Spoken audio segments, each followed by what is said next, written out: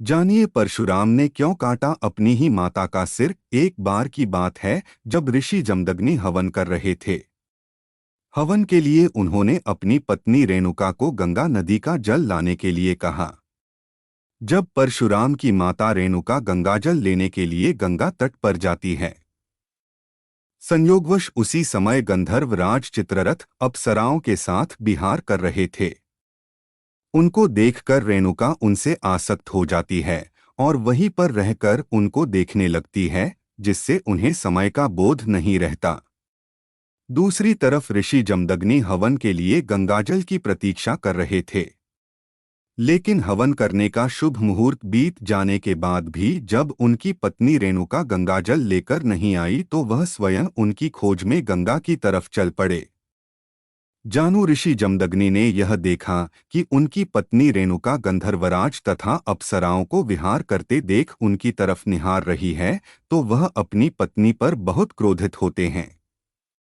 क्रोध के वश में ऋषि जमदग्नि ने अपनी पत्नी पर मर्यादा भंग करने और व्यभिचार में पड़ने का आरोप लगाया।